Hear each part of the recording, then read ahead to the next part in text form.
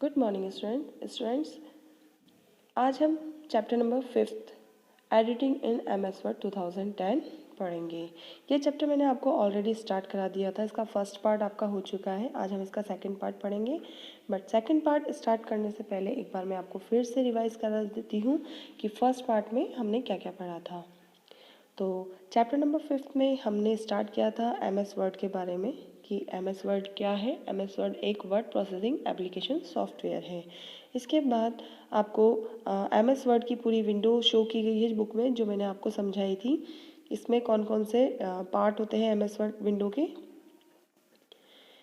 इसमें मैंने आपको बताया था रिबन के बारे में। फिर उसके बाद हमने पढ़ा था editing document in MS word कि MS वर्ड में किस तरीके से डॉक्यूमेंट को एडिट किया जाता है। फिर हमने पढ़ा था cut copy and paste the text in a document कि डॉक्यूमेंट को किस तरीके से कट कॉपी और पेस्ट किया जाता है उसमें टेक्स्ट को।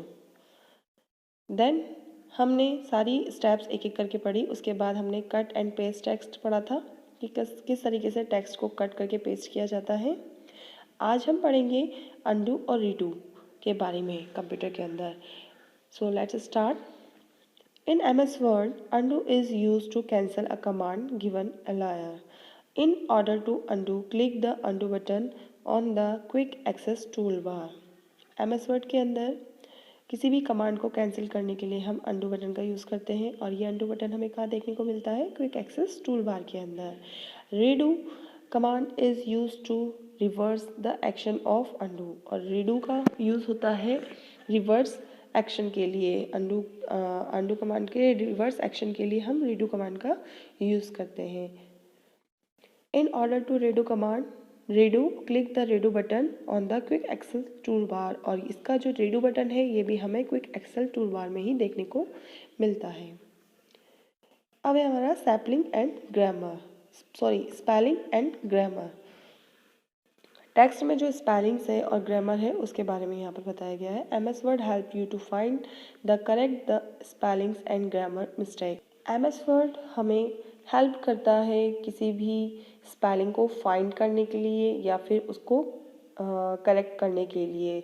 अगर हमसे कोई ग्रामर मिस्टेक हो जाती है तो उसको भी हम करेक्ट करके लिख सकते हैं। It display wavy red underline on indicate possible spelling errors and wavy green underline to indicate possible grammatical error। जब आप देखेंगे अब हम लिखते हैं, जब भी कुछ टाइप करते हैं तो उसके नीचे अगर रेड लाइन आती है, रेड वैवी मतलब कि ऐसे करके वैव वाली लाइन आती है किसी भी वर्ड के नीचे, तो दैट मीन्स होता है कि उसमें कुछ स्पेलिंग एरर है। ठीक है। और अगर किसी भी वर्ड के नीचे ग्रीन वैवी अंडरलाइंस आती है दैट मीन्स कि उसमें कोई ग्रामेटिकल एरर है।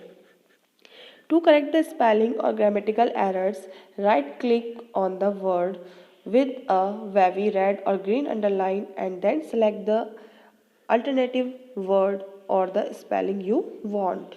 You can also check spelling and grammar all at once. For this, you have to make sure that the automatic spelling and grammar check is turned on. Let us follow the steps for turning on the automatic spelling and grammar check. अब यहाँ पर आपको steps बताई गई है कि किस तरीके से आप अपने डॉक्यूमेंट की स्पेलिंग्स और ग्रामर चेक कर सकते हैं। ठीक है। तो स्टेप नंबर फर्स्ट आपको दिया गया है, click on the review tab on the ribbon. हमें रिबन में रिव्यू टैब पर क्लिक करना है। Then click on spelling and grammar for the proofing group. अब हमें किस पे क्लिक करना है? स्पेलिंग और ग्रामर पर क्लिक करना है। The spelling and grammar dialog box appear with the wrong spelling highlighted in red and a list of suggestion to read by the mistakes. अब स्टेप नंबर 3 में आपको बताया गया है, जैसे ही हम स्पेलिंग एंड ग्रामर पे क्लिक करेंगे तो हमारे सामने एक डायलॉग बॉक्स अपीयर होगा जिसमें रॉन्ग स्पेलिंग्स जो है वो हाईलाइटेड हो जाएगी आपकी रेड कलर की वेब वाली लाइन से। ठीक है। नेक्स्ट आता है, देखिए इंसर्टिंग टेबल्स इन MS वर्ड कि किस तरीके से टेबल्स को MS वर्ड के अंदर इंसर्ट किया जाता है। Let us follow the steps in order to insert a table in MS Word. यहाँ पर आपको स्टेप्स दी गई है, उनको हम फॉलो करेंगे जिससे हमें पता चलेगा कि किस तरीके से MS वर्ड के अंदर टेबल्स को इंसर्ट किया जाता है। स्टेप नंबर फर्स्ट है आपकी क्लिक द इंसर्ट टैब। सबसे पहले आप इंसर्ट टैब पर क्लिक करेंगे। Then step number 2, click the table. फिर आप टेबल पे जाकर क्लिक करेंगे फ्रॉम द टेबल्स ग्रुप, जो कि आपको टेबल्स ग्रुप में मिलेगा। Step number 3, select the number of column and rows by dragging the mouse over the small boxes।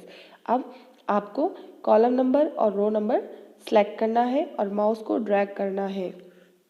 These insert a table with the specified number of columns and rows. The cursor is placed in the first cell.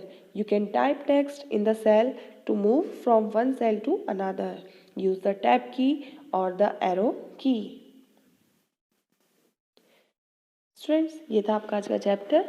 ये chapter यहीं पर finish हो गया है।